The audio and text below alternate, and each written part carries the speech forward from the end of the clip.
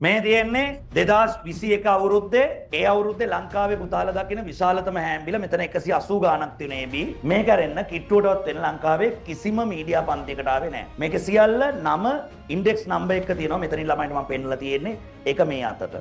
ඊට පස්සේ මේ තියෙන්නේ 2022 ලංකාවේ පුතාලා දකින විශාලතම මීඩියා හැම්බිල ඉන්ඩෙක්ස් නම්බර් එක සියල්ල නම එක තියෙනවා. මෙතන AB ඒත් 180 ගාණක් තියෙනවා. එතකොට මේ පුතාලා දකින්න ලංකාවේ විශාලතම 2022 අවුරුද්දේ මීඩියා හෑන්ඩ්බිල කිට්ටුවටවත් එන්න ළඟටවත් කවුරු ආවේ නැහැ. ඒක මේ අතට ගන්න. මේ පුතාලා දකින්නේ 2023 අවුරුද්දේ ඉන්ඩෙක්ස් නම්බර් 1 හරිද?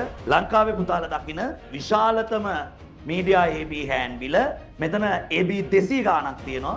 මේක කිට්ටුවටවත් එන්න ලංකාවේ කිසිම පන්තියකට හැකියාවක් ලැබුණේ නැහැ. ඒක මම ආයි මේ අතට ගන්නවා. ඊට පස්සේ මේ පුතාලා දකින්නේ 2024 ලංකාවේ විශාලතම මීඩියා AB හෑන්ඩ්බිල මෙතන 180 ගාණක් තියෙනවා.